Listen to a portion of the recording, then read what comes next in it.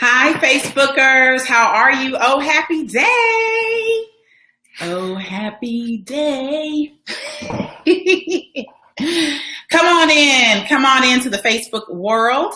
Hello, you guys. Make sure that you pop in, drop in, click the follow button. It's April Hunt, and I'm super thrilled to be with you today. I just want to deliver this bit of kind of motivational, inspirational message. No content for real, but content for your life, not for your business necessarily.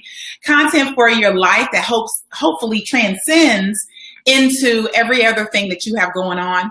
If you are tuning in and you can hear the sound of my voice, please click the follow button and then click the share button. Let's see if we can get a record number of shares for this broadcast. I know that this is going to be some great food for your soul, for your entrepreneurial life, for your regular life. So I'm really super thrilled to be and honored to be sharing with you right now. Hey, Tamara, nice to see you. Thank you so much for joining. Super appreciate you for tuning in. Hey, you guys, nice to see you. I'm actually switching over to the fan page so I can see who all's on. I'm going to give people about 15 more seconds to hop in, and then I'm going to get right on it. Cianti, nice to see you. Cianti Aldridge, shout out to the people in Oklahoma City, which is where I am currently located. I'm working from home today. Shout out to our team. Shout out to Kelly Abernathy, and shout out to Rhonda White as well. Rhonda Knight just popped up on my screen. Hi, Keisha Hazlett. Nice to see you. Thank you so much for liking the video. Please share this broadcast. I appreciate that. Let's get those numbers up. I want to talk to you about, make sure my video is clear because it looks like it's pixelated. Hold on. Tamara Walker, can you please let me know if the video was clear? Hey there. Hi, Ariel. Hi, Precious. Nice to see you. Tamara Walker or whoever's on, can you please just let me know if it's clear? If it's clear, just say clear.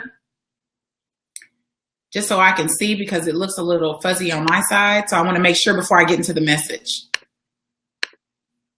Okay, I want to make sure before I get into the message. Are we clear or are we not? We're clear? Okay, great. So first of all, I just want to say good afternoon. Hi, Lindsay. Hi, Raquel. Hey, Dana. Nice to see you. Hey, Lindsay, Anita, nice to see you. So my name is April Hunt. Many of you may know that. You're following the fan page. Thank you. Thank you for sharing. I just wanted to talk to you about humble beginnings, and I want to talk to you about the energy around where you are right now, your mistakes, your past, all of those things, the things that play constant reminders in our mind that we can't do something, the things that keep us hiding, the things that keep us under rocks, the things that keep us in our greatness and our brilliance. And I'm not saying this in a cliche type of way. I'm saying this in a very real type of way, that the things that we may say count us out and give us a reason to avoid opportunities that are truly meant for us, but we shy away from them. So we don't push the button. We don't send the email. We don't pick up the phone. We don't show up to the thing. We don't raise our hand. We simply blend in, with everyone else, trying to live in this safe space. So no one quite knows about your humble beginnings, and no one quite knows about the mistakes you make. And no one really knows that you have this desperate energy to actually win at whatever it is that you believe your purpose here is to do, whatever you believe your expertise is to do, the people that you believe you can actually assist in doing some specific thing that only you can bring to the table. So I want to talk to you about how to move past and to embrace the beginnings, the mistakes, and the desperate energy around whatever it is you're feeling right now. So let me just share with you. I just had the pleasure today, and I can't share all the details because it's not time, but I will say that I am, if you are not in a place where you are leaning in full and unwavering expectation of what is truly divinely appointed for you, then I want you to get there. And I hope that this message encourages you to do just that. When I tell you that if it took you, whatever that end dream is for you, and if it took you 3 years, 4 years, 5 years, 6 years, 7 years for it to actually manifest, would you embrace where you are right now? Would you embrace people not supporting you? Would you embrace your bank account? Would you embrace your spouse or your friends or your family who don't understand or even give a crap about your vision? Would you embrace it fully if you knew that in so many years that everything that you worked for, everything you prayed for, everything you cried over, every slam door in your face would bring you to a place where the answer to you is yes, now you can have it. Yes, now you're ready. So what I want to ask you and what I want you to understand is that your humble beginnings is a part of your success story. Your desperation and the energy to win and to move past where you are is a part of your success story. The things that people don't know that you're privately struggling with is a part of your success story. The mistakes that you're making that you're too ashamed to share with anyone, a mentor, a coach, a colleague, is a part of that success story. So whether you put 3 years on that story, 5 years on it, 7 years, 10 years, shit, for some of us, it may be 20 years, whatever you put on it, would it be worth it to you? And I believe the answer is yes. I'm telling you that for me, that answer is yes, it would totally be worth it. If you knew when you were crying to yourself and praying for a breakthrough, for a revelation, for a contract, for exposure, for whatever it is that you were needing in that moment, would it be worth it to you if you had to wait for it? If a part of that journey included you struggling to get to it, would it be worth it to you? Would it be worth it to you if tomorrow the answer to everything that you ever wanted was yes? So what I'm asking you to do today, and not just today, but tomorrow, is to keep in mind that everything that you want to happen for your life, for your business, for your soul, for your existence, for your purpose, there are other people involved in the orchestration of the magnificence that is to be delivered to you. Let me say that again. There are other people a part of the equation. Those other people, meaning, for example, for you to have what you want, for you to be able to help people in your business, for you to be able to help people in their marriages, for you to be able to help people with their finances, with their children, with their relationships, with their whatever you're helping people with, someone somewhere has to have a breakdown. Someone somewhere has to be at a deficit. Someone somewhere has to be in a mode of struggle. Someone somewhere has to come to their own revelation to even find you. And they have to go through their process to get to you, just like you have to go through your process to get to me or to get to whoever it is that can help you move to your next. So sometimes we get very selfish in our beginning, in our mistakes, in our struggle, in our journey to whatever our next thing is, because we forget that other people are a part of the equation. Also, a part of that equation is someone somewhere has to get a promotion to make room for you. Someone somewhere has to get an opportunity in order for you to have a position where you need a position to be.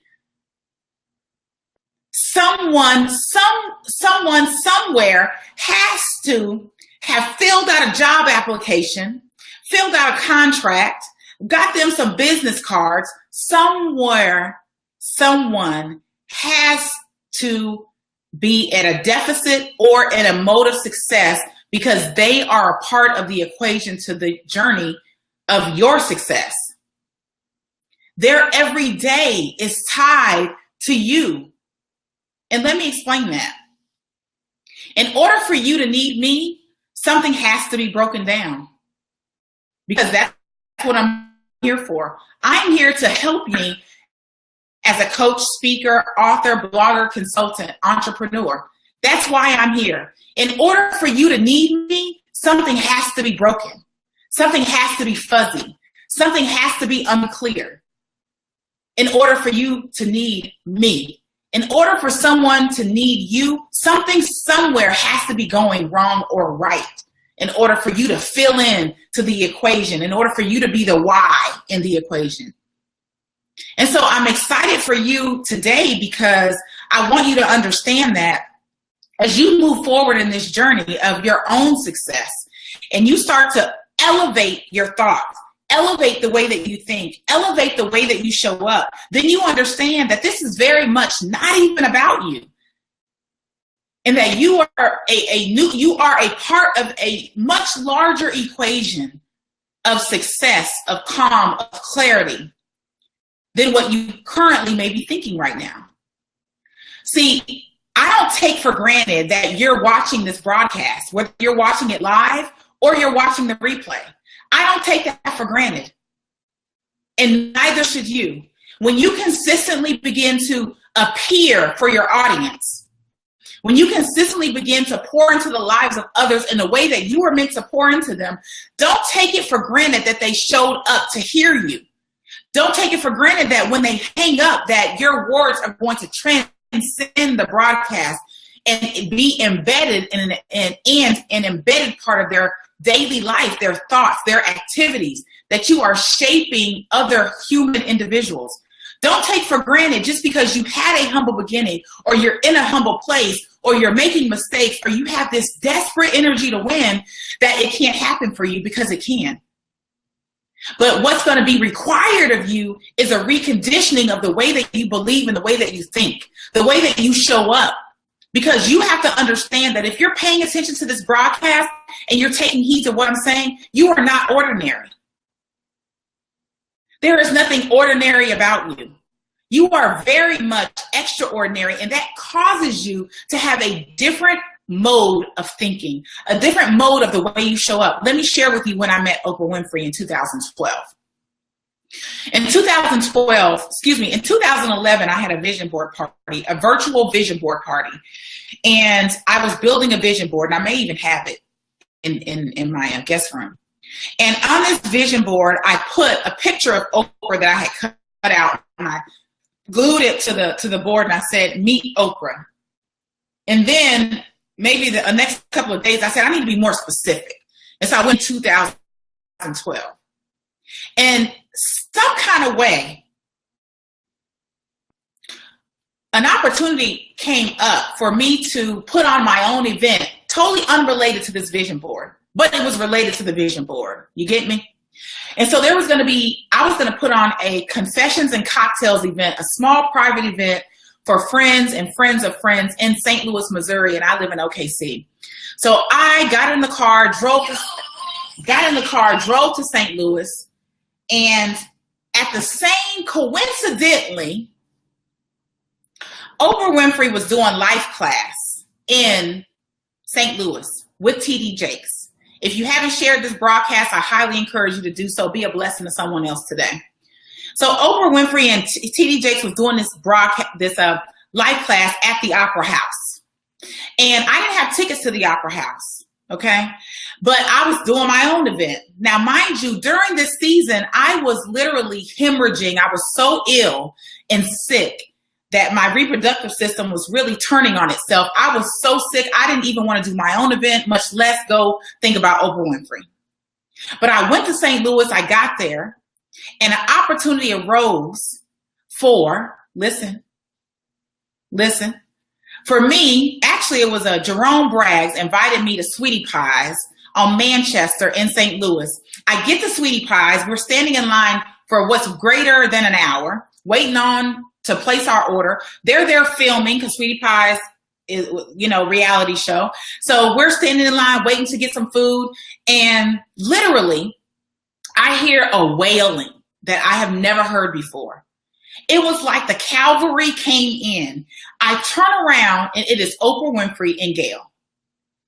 And there's a video on YouTube of me saying, "Oh my God, oh my God, oh my God," right? And when Oprah walked in, now mind you, her event was going to be in the next couple of days, okay? So I wasn't thinking about the event because I still had my event to do and I need to eat my chicken. So literally, she walks by, glides by, and I go to her and I say to her, and I'm actually in the commercial, In the commercial on OWN, you see me next to Oprah because this is a true story. And I say to her, I put my hand on her shoulder and I said, oh my God. I said, you are on my vision board.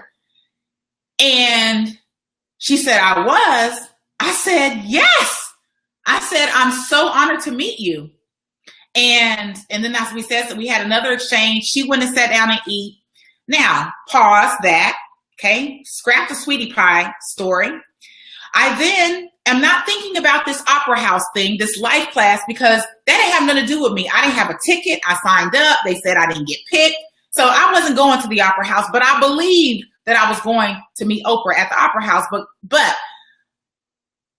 divine intervention have it where I met her and I didn't even have to have a ticket to the opera house. But let me tell you how amazing your belief system is. The conditioning of what you believe is. That's why I'm talking to you about your humble beginnings, about your mistakes, about the desperate energy that you have to win. So in my mind, I kept saying to myself, I'm going to be at that life class. I'm going to hear from great people and meet great people and learn great things. I truly believe that. So as I'm at my event, and the Oprah Life class was going to be the next day. I still didn't have a ticket.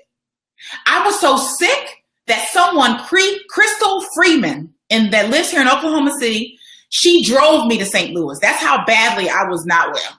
But I still believe that for some reason I was supposed to be in St. Louis and I was supposed to be at this thing, but I didn't get picked. In the middle of my event, my great friend, Sunita Wells, got a text message, an email that said that they were giving away tickets to the life class. So she went to the life class. To the opera house. She got a ticket. She came back. She pulled me in a room and she said, but I only have 2. She got in line, got her ticket, got out of the line, had to get back in line, got another ticket, which was supposed to be for me. And she came back with 2 tickets, but there were 3 of us. There was me, her, and the woman, Crystal, who drove me to St. Louis from Oklahoma City, 8 hours. And I said, we're still going. We're all going. And I don't know how, but I believe we are. We're going to get up in the morning, we're going to get dressed, and we're going to walk in to the opera house for life class with Oprah Winfrey and T.D. Jakes.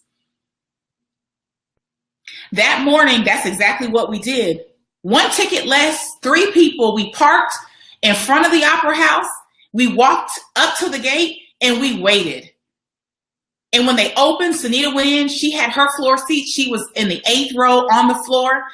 And Crystal, who didn't have a ticket, a woman, listen to me.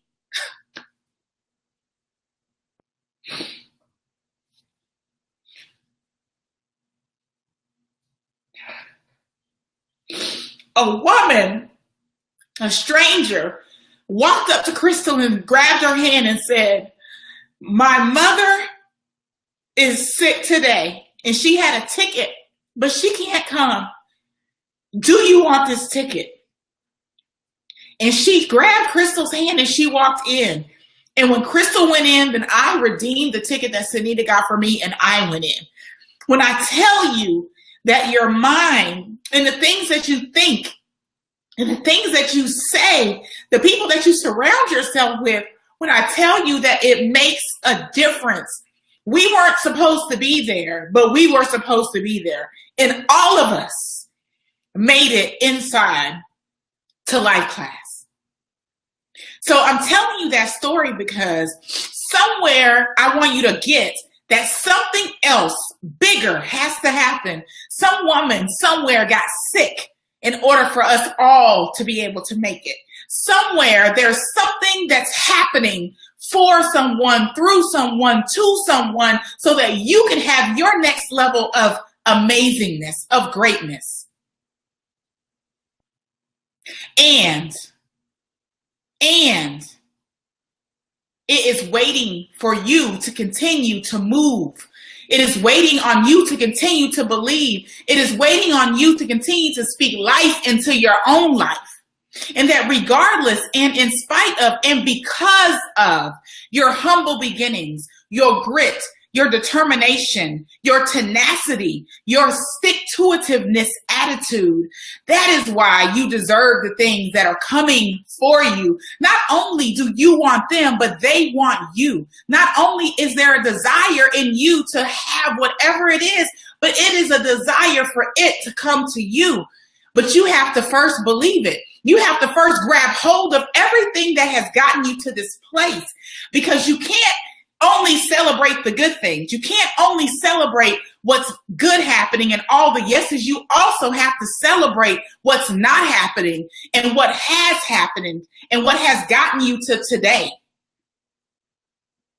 I don't know who this message is for, but it's for somebody, because this morning I had the distinct pleasure of meeting with someone who I highly respect, and all of what I have built, all of the challenges as an entrepreneur, and not only as an entrepreneur, but a leading entrepreneur, because I am coming to dominate a space. I am coming to create something that is truly iconic. I am coming to help people change their legacies by building businesses and brands that make a difference so that they can get paid. And I know that there is something great that you are going after as well. And that person this morning to me said yes, and it solidified so many things for me, so many opportunities that I pushed to the side because it wasn't aligned with my goals. See, so many of you are shifting and attaching yourselves to things because you're allowing the desperate energy to serve you in a negative way. You have to stay steadfast on what you are called to do, on why you're here. Everything that comes to you isn't meant for you to say yes. Everything that comes to you isn't meant for you to grab hold onto. But that humble beginning, those mistakes, the fog that you might feel right now, that energy that it takes to hold on so tightly to that is what you're going to need to succeed. I don't know who I'm talking to, but if I'm talking to you, let me know in the comments. I want you to know that that thing that you want wants you, but you got to work for it. You can cry about it. You can be afraid. You can doubt, but you still got to push through and work for it. You still have to push through and work for it because you've got to meet it in the middle. You have to meet it in the middle. I hope that this encourages someone. I hope that when I see you at my conference, and yes, I'm putting on a conference March 24th and 5th, Dallas, Texas. You can find the details. I'll post the link here. Come see me. I don't have time to really shout it out right now, but when I'm telling you, what I'm wanting for you is to push through. I want you to push through. I'm putting in the thing right now for those of you that want to. And it's www. Y'all know what it is. So I want to say, be highly encouraged that the struggle that you may be experiencing, the struggle that you have experienced, that it is not for naught. It is not in vain. And you can't let go. You have to continue to hold on to your beginnings, your mistakes, and your desperate energy, because it's what you're going to need to carry you over into the next phase of your life. Because while you're going through your hold on, someone else is going through their breakdown so that you can come and help them with their breakthrough. That's all I got to say. My name is April Hunt. I'm the master coach and president of Coach Speak and Serve. I am the producer of the Epic Conference. I hope that I see you. I'm telling you, hold on. Have an amazing rest of your day.